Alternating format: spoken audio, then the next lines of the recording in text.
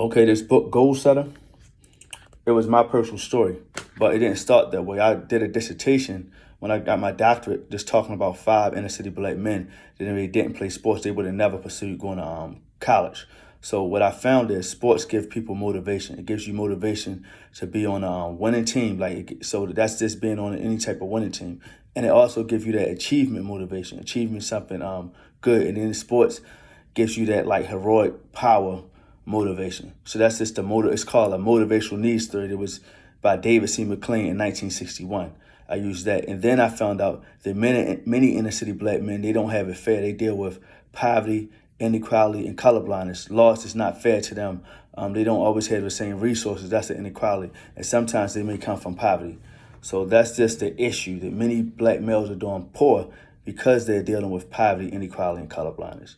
And then the last thing I found that somewhere along the line, if they play sports, they may get help, whether it's through a coach, through a counselor, through a teacher. Someone helps them somewhere along the way. And I use those to kind of like as a theoretical framework of inner city black men. So you can see that all throughout this book, because I talk about Baltimore City in my story, and you can kind of see like the poverty, inequality, colorblind, things that I didn't have fair, but how I was able to get over those things, and then how I focused on my goal just gave me that achievement and that motivation. Then what I found that a lot of the inner city black men that do well, by the time they're in middle school, they decide not to go to their zone high school. And a lot of times when they go to a different high school, they get out of their neighborhood, they increase their chances of doing better.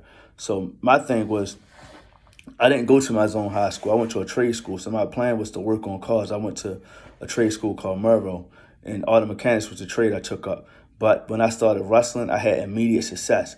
And that success drove me to go to college. And in college, I had challenges in college, but I was able to get through those challenges and get my doctorate degree.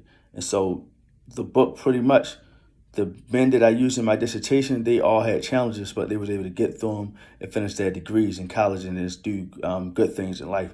And kind of that's what this book right here, if anybody read this book or buy this book, it's going to show them how to get through almost any situation, whether it's a girl or a man, whoever read it, and just become something great in their life. Like whatever you think, it's going to show you how to work towards your goal and accomplish your goal. So I would recommend this book for any middle school student.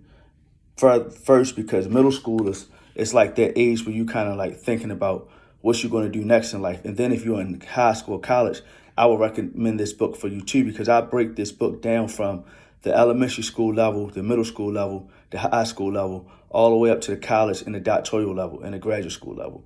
It kind of talks about how I was able to overcome all my obstacles, get through college, finish my dissertation, do well at that, start a business, and become an MMA fighter and get a belt. So, I mean, this book is a very helpful book.